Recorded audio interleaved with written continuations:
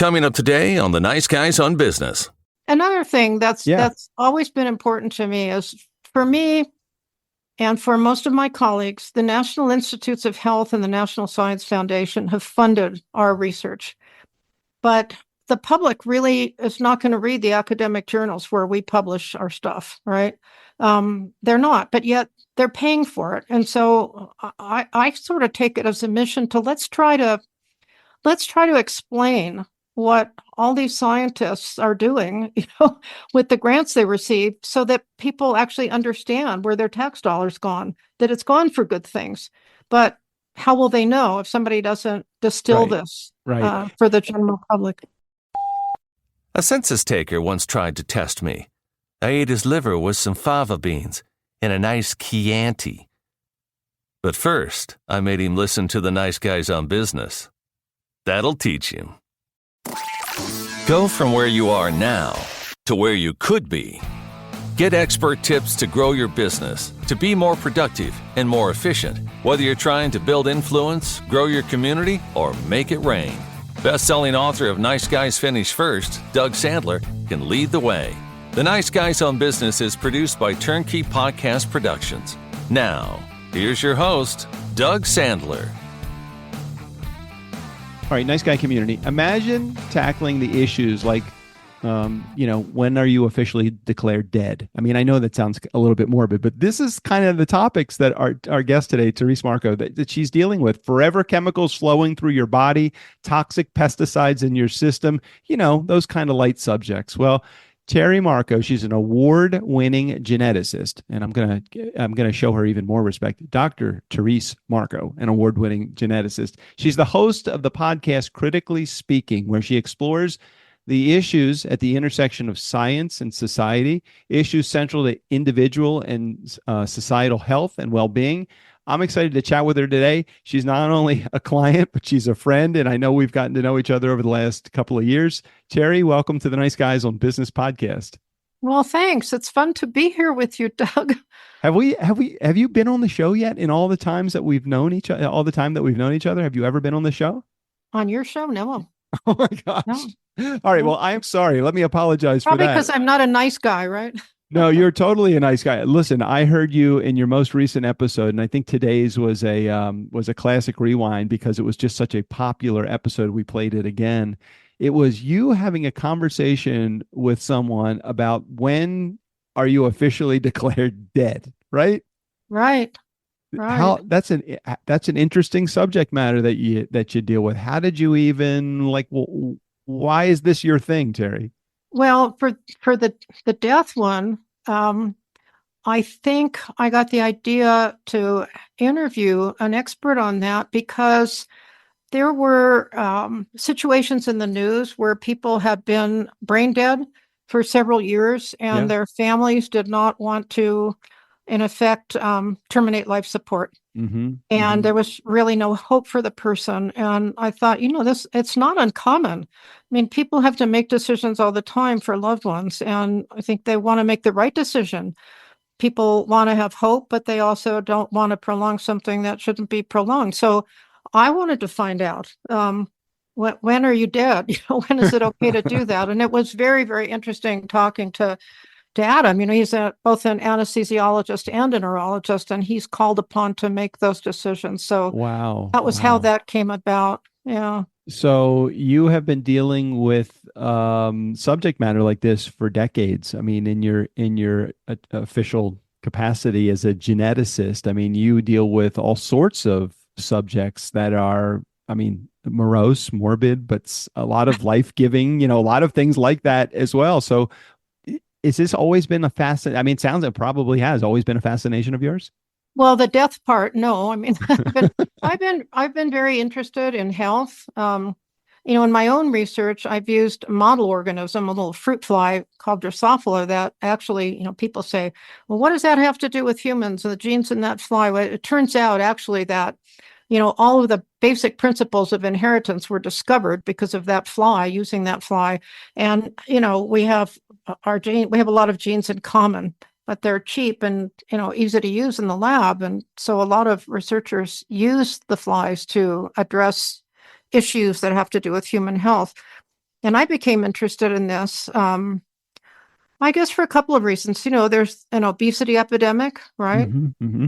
And there are a lot of questions about that as to, how much of a role genes play in that versus environmental issues, things that people can do to preserve their health. And then also, oh man, I mean, there's a real problem with respect to environmental contaminants that cause all kinds of diseases, down the road. And they're everywhere. They're in things we use every day. And I don't How, think people are aware of it. So, how much of an impact do you feel like genetics plays, or your genes play, or your family history, your lineage play in shaping who you're going to be versus your environment shaping who you're going to be?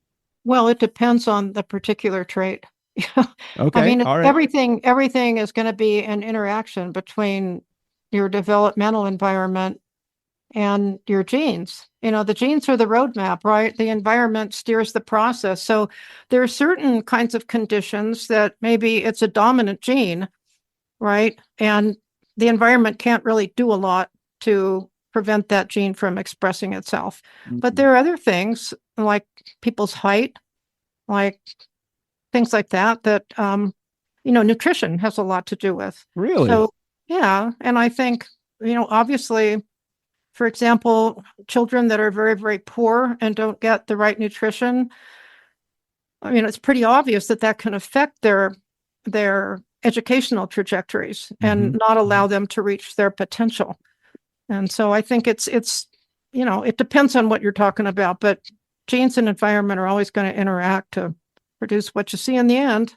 Did you ever think, and you have over 100 episodes of your show. I don't know the exact number, but did you ever think that when you started your podcast that you were going to be in the top 3% of all podcasts that are out? When I gave you that information, it seemed to be like a little shocking for you. Yeah, it was a shock. Yeah, it was a shock, Doug. I mean, the reason I started this was I did want to reach people. There's so much misinformation out there about science, and people are confused.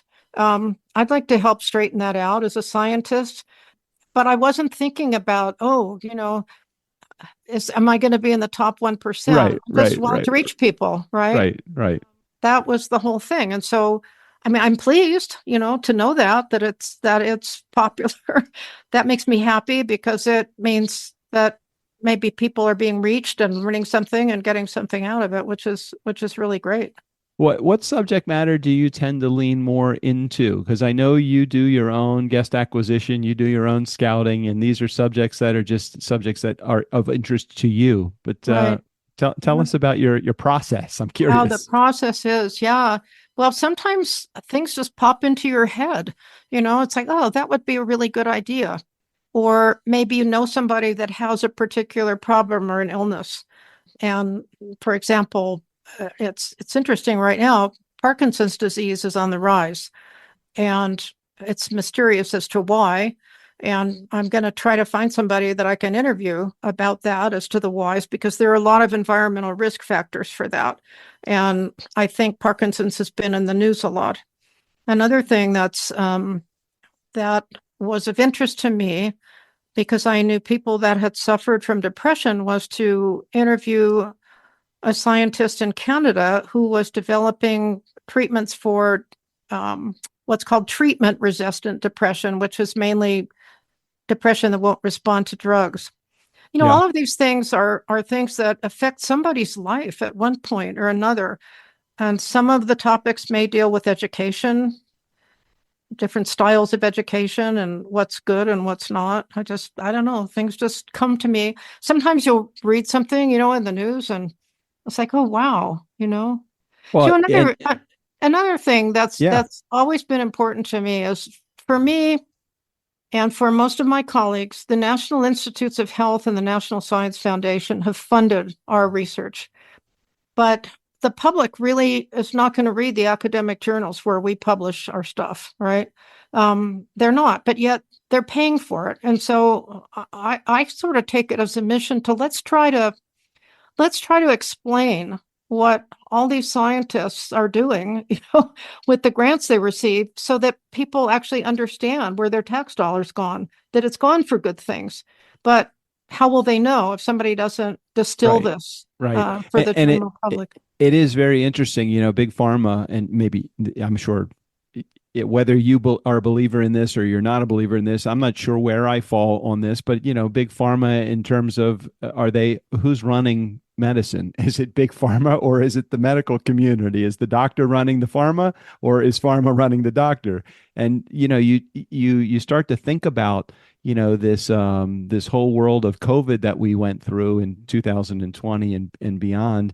And all of the things that are happening in health today. I just talked to a friend of mine whose mom has some heart condition, and they're thinking that the heart condition might have been related to the vaccine that they got, but they're not sure that it was the vaccine that they got. And I even saw something, and I'm going to be all over the place here, but I'm just going to say this That's kind of okay. shit, and then you can either reel me in or expand upon it. They're coming up with a medication that will help people that have had symptoms from the vaccines. They have a medication to fix what the medication fucked up to begin with. And I'm like, seriously, this is the world that we live in now. Who runs this? Who runs the world? Well, wait a minute, Doug. Where did you hear that they're coming up with vaccines to treat the symptoms that you get from the vaccine? I don't even remember where I heard it. Well, I hope it wasn't Facebook. No, I don't know. I don't know where. Even Yeah. if it was something that's out there, it wouldn't surprise me. You give somebody a something that will help them with thinning, a statin or something that will help them with high blood pressure, lower their blood pressure. Then they have these symptoms, and they're giving somebody medication to control the symptoms. Oh, exactly. Yeah. So it's like, okay, really? I mean, we're talking about all of these medicine, and it's like, holy shit, big pharma is really totally. Maybe they are saving a lot of lives, but aren't they killing a lot of lives too? Well, I think between big food and big pharma, right? Right. I mean, fix big the food. they fix the heart to kill the kidney. It's like Well, which organ was more important? I don't know. yeah, but if big food is, and I believe this, they are really in large part responsible for the obesity Oh my epidemic. And gosh. along with the obesity epidemic Yeah. comes heart disease, diabetes, and who makes the drugs that treat those things? Right. Big pharma. Right. So you've got the two of them in a way, they're kind of in bed together. Well, I think we as a society, we've probably demanded it. We need faster food, cheaper food, more resilient food to pesticides so that we can eat more, eat faster, and eat easier and cheaper. And so I think big food is probably just responding to the I want to take a pill, or pharma is responding to I want to take a pill to solve my problem. And that's, It's I don't, easier, right? it's much It's easier easier. to buy a pre-prepared meal, right? It doesn't matter if it's got a bunch of crap in it. And if it Right. comes in a plastic thing that's going to go in your food and give you bad things, that's easier. And then when you get sick, it's easier to take a pill than to cook your own food and go to the gym or just take walks outside, right? That's the stuff that drives me nuts because we as a society demand it, and then there's the repercussions for the demands that we've made, and now we're blaming pharma or big food because of it. Look, if we don't want obesity, I'm not slamming McDonald's here, but I'm going to use McDonald's as the generic word for big food. Stop visiting McDonald's. We don't Yeah. want to be chemically poisoned by the metals, the permanent metals that we have. Stop buying Teflon or whatever it is that we're buying. Like you want to not get the what is it, PBA or whatever the freaking plastic poisoning is. Then stop putting shit in plastic, or Yeah, we're the well, one that's it demanding is it, the right? plastic. I mean, Right. put stuff back in glass, right? Well, part of it, I think, has to do with advertising. I mean, merchandising all of these things to appeal to people is also a powerful driver of consumption, right? So we can't let that part of it off the hook. People, yeah, they should make choices. It's not always so easy. Well, and you also think about the world that we live in, in 1950, when my mom was pregnant with my brother in the late 1950s, her doctor told her, "Look, do you want to be a little less stressed in your pregnancy? Just smoke a couple of cigarettes." I mean, that's what they told her Yeah. in 59 and Yeah. 60. It's like, Yeah. really? Yeah, well, what do you think about that today? And we're like, no, that's Yeah. horrible, It is. you want lower birth weight, just have a couple of drinks, it'll be fine. It's Yeah, like, no. exactly. But science evolves too, right? I mean, Right, there were right. times when people didn't know that. I mean, when I was pregnant with my son, and it was long after it was long after the 50s or 60s, but I remember being absolutely astounded. I've never been much of a drinker, but I remember being astounded when my OBGYN told me on my first visit, it's all right to have a glass of wine, you have to live. I'm like, what? Right. Well, we look at that now and we say that's crazy, but we looked Yeah, at that then, and that was the instructions that my wife was given to us. yeah, Look, it's okay to live a little. you know, yeah, right. okay, Yeah. it's all right. Well, you With have the such fascinating subjects, and Nice Guy Community. I'm going to read a couple of subjects that have been on in the last few years. How and why cancer spreads, fluoride, your teeth and your brain, how your brain remembers, sperm declining, behavioral addiction, science and sexual assault, living to be 100. I mean, these are, should everyone go to college? I mean, I love these. What did you call it? You said it was, um, let's see, it was depression. What was it? It a was treatment right. resistant depression, people Yeah. that don't respond to a wide range of medications and approaches to treat that are actually becoming pretty successful. So, And some of the subjects you deal with aren't even like science based. It's like, what's the safest seat on the airplane? You remember doing that? well, You remember doing that? I know that's but science. science informs that, because when people look at, if they, there's the National Transportation Safety Board or whatever it's called. Yeah. Anyway, you can look at all of these plane crashes and you can say, okay, where were the survivors sitting? That's science, right? I mean, they analyze those data. It's Near not in a death. test tube, but Yeah, it's, I got it. I got it. I understand. yeah. Yeah, there is some, I mean, there we is, want to know, right? I mean, if you're going to pick your seat, you there's have to, math. There's math yeah, that's done on that. right. Even like occupational cancer risks.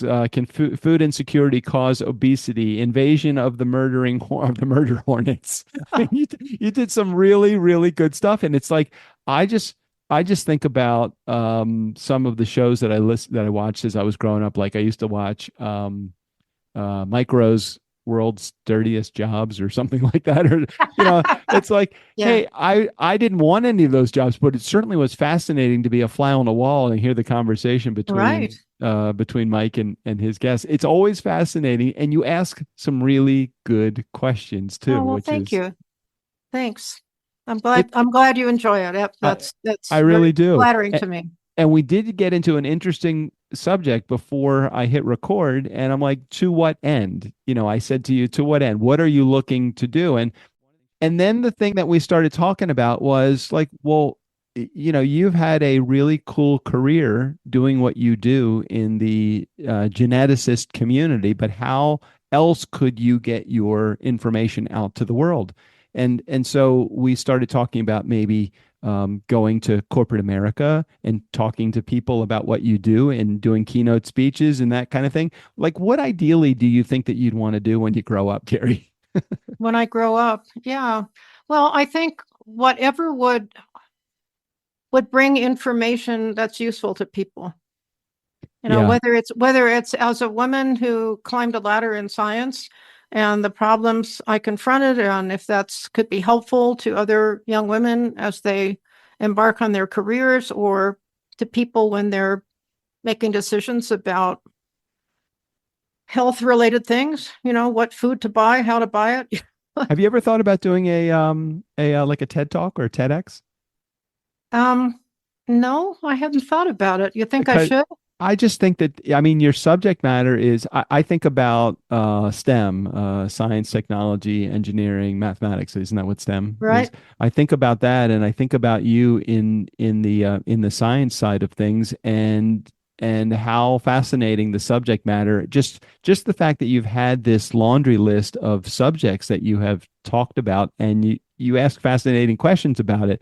So I would think that people would be really interested in listening to you more. Well, thank you. I mean, I'm kind of a muckraker, and I don't, Cause I trouble, huh? can, I can rake muck on a lot of different topics where it needs to be raked. So, So, what would be next for you? Like if you had your ideal scenario in this portion of your life, what would that be? Like what's the next thing for you? Are you still professoring, or are you what do you do? What do you do? What's your day gig? well, I spend a lot of time looking for ideas for the show, for the podcast. I go to the gym, I walk my dog, I try to hike. In terms of what's next, I wouldn't mind having maybe some conferences on some of the topics and bringing it, sponsoring an event or having an event sponsored where people with different kinds of viewpoints on some of the topics we've talked about came together and actually had a live audience someplace Oh, to that sounds fun. ask questions. Yeah, I could I totally could see you like on the roster of a professional speakers bureau in the science category. What does Terry talk about? Terry can talk about actually anything. She could talk about any. I don't Yeah, know. it's almost too wide. You need to narrow it down. But in the world of genetics, as a geneticist, I think that would be a fascinating subject. You would just need to be able to, in corporate America, you'd have to be able to make a point how it relates to them. The Yeah, well, importance of a healthy diet, or the importance of meditation, or the importance of a lot of sleep, or how do you, I don't even know. I don't even yeah. know.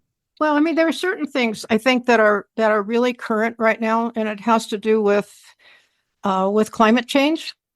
And a lot of people don't believe in climate change. I think they're starting to get the idea, with Hmm. all the storms and so forth. But one of the things I don't think people are necessarily super aware of is that with climate change and the changes in temperatures around the world, what we're starting to see is a lot of disease vectors, insects like mosquitoes. They're moving into areas where they didn't used to be. Hmm. And we're starting to see things like malaria and dengue fever in the United States where it has not been. Um, and there are real dangers with respect to climate change and infectious disease. And people don't think about that. They think climate change, it's going to be a storm or there's going to be a hurricane or it's just going to be hot and I'll have to stay in my house. Well, there are a lot of repercussions. And While we're on the subject of climate change, natural phenomenon or man-made phenomenon?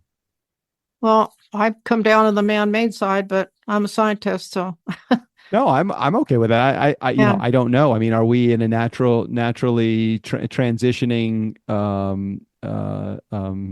environment, or are we in an environment that I know we're not helping, we're shoving it along at a pretty good pace, but how much quicker would the pace of, or how less quick would the pace have come had we not contributed to, Or would it uh, have happened at all? or would it have not happened at Right. all? I Yeah. mean, we did go through a few 100,000 years ago, or a few 100 million years ago. We did go through, an exploding volcano that created ash, which blocked the sun, which killed all the dinosaurs. I mean, what man wasn't involved in that? Is that Are we doing something that's slower and less obvious than that Well, naturally? Anyway, I don't know. yeah. Well, I mean, we are creating problems with what's going on in the atmosphere, what's changing in the atmosphere because of humans. So, maybe this is a good subject for your show. Maybe you have thought of it, and maybe you haven't. Why are we not fixing the Earth? Why are we looking to colonize Mars, or the moon, or another place, or an international space station? We can't even get our act together here. We think we're going to go over there or out there and do any I better. don't know. I think part of it for the space station is not necessarily to colonize it, but I think it's to understand more about the universe. My, that's my take on it. I mean, you're always going to have people that are No, no, I thinking some billionaire can go and walk around in space or go to Mars, but I don't think that's the main reason to be having a space station. Yeah, you haven't done a show yet on the JFK conspiracy yet. Are we anticipating one coming up? Which conspiracy? JFK, John F. Kennedy. No, I won't be doing that. No, there are so many fascinating subjects that are in your future. I know that the community at large would be very interested, at least in the community that has already listened to you. If you and our Nice Guy community have not yet seen or heard, actually, Terry's show, it's called Critically Speaking, and we'll put a link in the show notes so that you guys have access to that as well. Fascinating subject matter, and you'll want to binge listen to the last 3 or 4 years of episodes that she's been doing this show. What's coming up on your guest list that you've already recorded that you haven't released yet? Do you have anything else out there? Here's one that's in the news a lot. People are talking about narcissism and malignant narcissism. So I've interviewed a psychologist about narcissism. Are you doing that because of the current political climate, or is there something? Is there another reason that you're doing that? Well, you interpret that one the way you want, but I think it's more broad than that. Let's just say that we don't get into politics in that's good. In the episode. It's really, it's really more for people to think about narcissists that might be in their lives. Whether it's a boss or a mate or a political candidate. That's really up to them. Yeah. So I think that's the next one. I'm not sure if it's the next one. That's cool. And I know you got a bunch more that are coming up on your interview schedule. Well, the other one that I think people might be really interested in is I have a colleague at UC Davis in the med school who is working on methods to detect autism prenatally in the brain. Wow. What an interesting. So that's really interesting. That's a whole different subject matter that I'm sure creates its own level of controversy. Of course, especially in light of the whole Roe v. Wade disappear. That's huge. But what a fascinating subject matter that you'd be dealing with there too. Well, it's fun. I learned something from all my guests, which is great. Well, no doubt. Well, Terry, I so appreciate you sharing. Is there anything that I should be asking you that I'm not? Is there something that you said, hey, I want to make sure that I get this point made? Because I know, Doug, you do a good job of bringing your show really down to the level of any way that I can bring it back up. Anything that I should be telling my audience? No, I don't think so. Hopefully, I was surprised that it was as popular as it is. It makes me happy. I hope people like it and they listen to it and they learn something from it. That's, whether they agree or not. It's just. Oh, absolutely. Absolutely. Right. You don't have to believe, as Terry does, in whether it's her, whatever point of view, but you do understand that when you listen to the episodes, you will be fascinated by the subject matter and the questions that Terry asks. Thanks. I appreciate your compliments. I don't actually pitch a point of view. It's really just asking experts about things. Yeah, you do a very good job of that. Terry Markow, thanks for being on the show. This has been fun. Thanks. My pleasure. For those in our community, make sure you check out the show notes, which will have access to Terry's show, Critically Speaking, and her website as well. Fascinating website too, mostly highlighting her podcast episodes. Thanks again, Terry, for being here. Steve O'Brien, go ahead and take us out of here. Click on the Patreon link in the show notes. And for as little as $2 a month, you can help support the podcast and get access to fun bonus content. That's like half a cup of Starbucks coffee once a month, a grande, double shot, maybe a little flavoring. Thanks for listening. I mean, seriously, you need to cut back on your caffeine anyway.